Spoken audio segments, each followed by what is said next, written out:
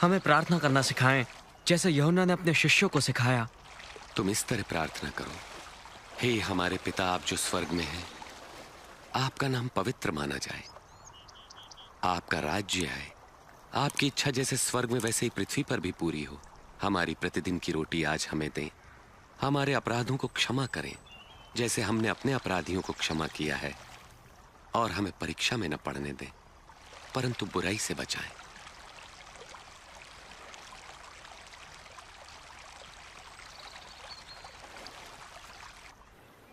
मांगो तो तुम्हें दिया जाएगा, ढूंढो तो तुम पाओगे, खटखटाओ तो तुम्हारे लिए द्वार खोला जाएगा। क्योंकि जो मांगता है उसे दिया जाता है, और जो ढूंढता है वो पाता है, और जो खटखटाता है उसके लिए द्वार खोला जाता है।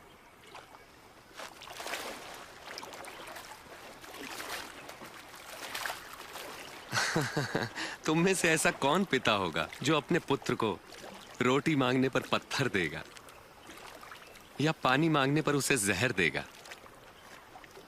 जब तुम बुरे होकर अपने बच्चों को अच्छी वस्तुएं देना जानते हो, तो तुम्हारा परम पिता परमेश्वर अपने मांगने वालों को पवित्र आत्मा क्यों न देगा? मैं कहता हूं, अपने प्राणों की चिंता न करो कि हम क्या खाएंगे, और ना ही अपने शरीर की कि क्या पहनेंगे, क्योंकि प्राण भोजन से बढ़कर है और शरीर वस्त्र से बढ़कर। पक्षियों पर ध्यान दो, वे न बोते हैं, न काटते हैं, और ना ही उनके कोई भंडार हैं, फिर भी परमेश्वर उन्हें खिलाता है। और तुम तो पक्षियों की तुलना में कहीं बढ़कर हो।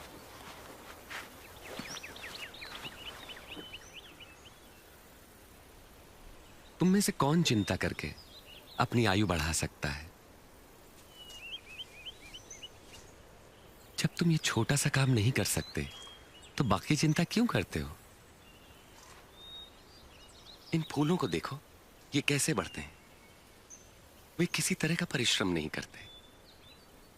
राजा सुलेमान इनमें से एक के समान भी सुंदर वस्त्र न पहन सका। यदि परमेश्वर मैदान की घास को सजाते जो आज है और कल आग में झोंकी जाएगी, तो निश्चय ही वह तुम्हें भी वस्त्र पहनाएंगे। हे अल्पविश्वासियों, हमारे विश्वास को बढ़ाएं। यदि तुम्हारा विश्वास राई के दाने के बराबर भी होता तो तुम इस पेड़ से कहते कि जड़ से उखड़कर समंदर में जा लग, तो ये तुम्हारी बात मान लेता।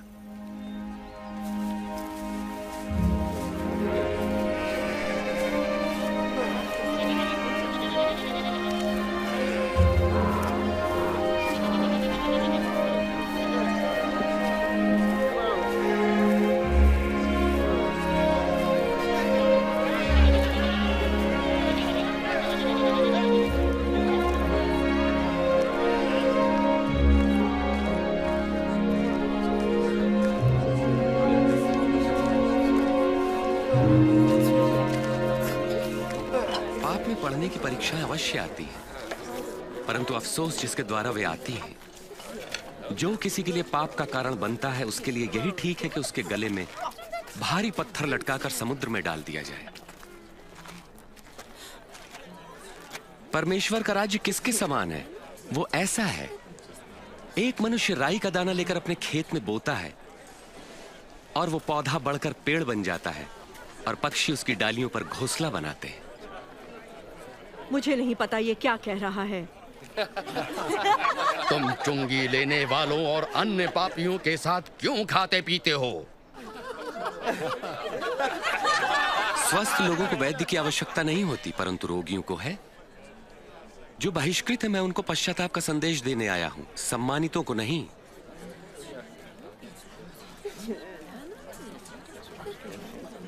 हमें स्वर्ग के राज्य के बारे में बताएं, क्या और भी कुछ है? ऐ मेरे लोगों, भयभीत न हो। परम पिता की यह इच्छा है कि तुम्हें राज्य दें। अपना सब कुछ बेचकर पैसा गरीबों को दान कर दो, और ऐसे बटुए बनाओ जो फटते नहीं। स्वर्ग में धन इकट्ठा करो जहां वो घटता नहीं, क्योंकि कोई चोर वहां नहीं पहुंच सकता, न ही कीड़ा उसे नष्ट कर सकता है। जहां तुम्हारा धन होगा वहीं तुम्हारा मन भी लगेगा।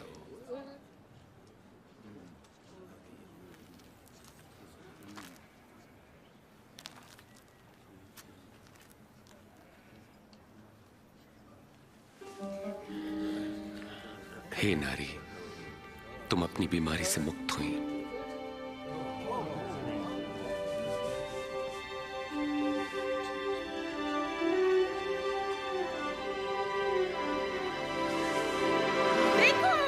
देखो ये चंगी हो गई। ये तो चमत्कार है। देखो ये चंगी हो गई। आओ देखो। परमेश्वर की महिमा हो। 18 साल। परमेश्वर आपको सुखी रखे। हफ्ते में 6 दिनों तक हम काम कर सकते हैं, तो चंगाई के लिए हम इनमें से किसी भी दिन आ सकते हैं, मगर विश्राम के दिन नहीं। अरे कपटियों, क्या विश्राम के दिन तुम में से हर कोई अपने गधे या बैल को खोलकर उन्हें पानी पिलाने नहीं ले जाता? और यहां पर यह स्त्री जो अब्राहम के वंश से है, जो 18 वर्ष तक शैतान के बंधन में थी, क्या विश्राम के दिन उसे मुक्त करना उचित न था?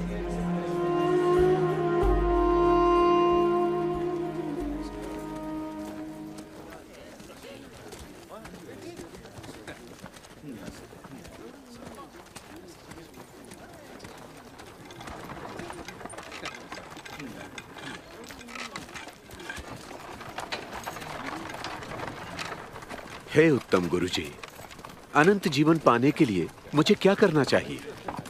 तुम मुझे उत्तम क्यों कहते हो? कोई भी उत्तम नहीं परमेश्वर के सिवा।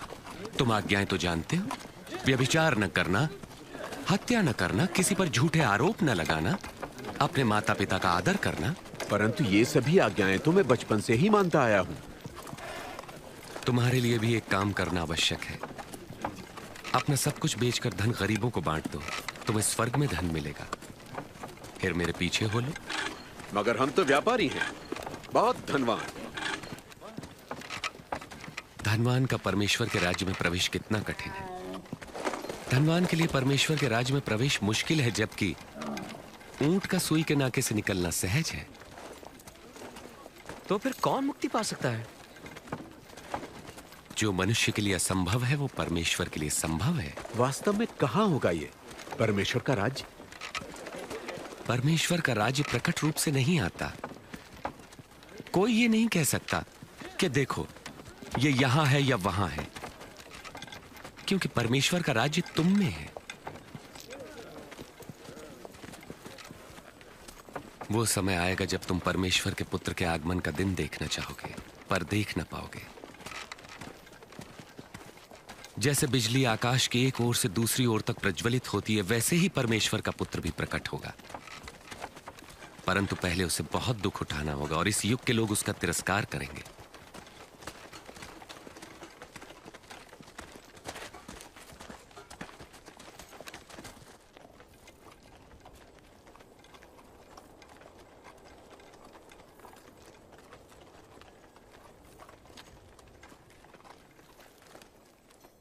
आकाश और पृथ्वी का टल जाना सहज है, परंतु परमेश्वर के वचन का एक शब्द निष्फल न होगा। मैं कहता हूं, जो तुम देखते और सुनते हो, बहुत से भविष्यवक्ताओं और राजाओं ने देखना और सुनना चाहा, परंतु ऐसा न कर सके। हम क्या करें? धर्मशास्त्र क्या कहता है? इसका क्या अर्थ है? तुम अपने प्रभु परमेश्वर को संपूर्ण हृदय, संपूर्ण प्राण, संपूर्ण सामर्थ्य, संपूर्ण मन से प्रेम करो। पड़ोसी को अपने समान प्रेम करो। तुमने ठीक कहा, यही करो तो जीवित रहोगे। मेरा पड़ोसी कौन है? वे सैनिक तो नहीं। क्या राजा होगा? एक बार एक मनुष्य यरूशलेम से यरीहो जा रहा था। तब डाकुओं ने हमला किया और लूटकर उसे अधमरा छोड़कर चले गए। तब एक धर्मगुरु वहां से गुजरा और उसे देखकर वहां से कतरा कर चला गया। इसी प्रकार एक पुरोहित भी वहां से निकला, पास आया, उस व्यक्ति को देखा और मुंह फेर कर चला गया। परंतु एक दलित ने मार्ग से गुजरते समय उस घायल मनुष्य को देखा और उसका हृदय दया से भर गया। उसने घायल के पास जाकर घावों को साफ किया, फिर उसे अपनी सवारी पर बैठाकर वो एक सराय में ले गया, जहां उसकी सेवा टहल की।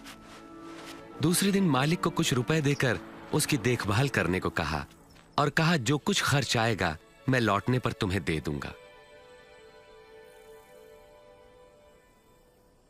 इन तीनों में से किसने डाकुओं द्वारा लुटे व्यक्ति से अच्छे पड़ोसी का फर्ज निभाया? जिसने उस पर दया की। फिर तुम भी यही करो। बच्चों को मेरे पास आने दो और उन्हें मना मत करो, क्योंकि परमेश्वर का राज्य ऐसों का ही है। मैं तुमसे सच कहता हूं, जो कोई परमेश्वर के राज्य को एक बालक की तरह ग्रहण नहीं करता, वो उसमें कभी प्रवेश न करेगा। जो कोई मेरे नाम से इस बालक का स्वागत करता है, मेरा करता है। जो मुझे स्वीकार करता है, मेरे भेजने वाले को करता है। तुम में सबसे छोटा ही सबसे महान है।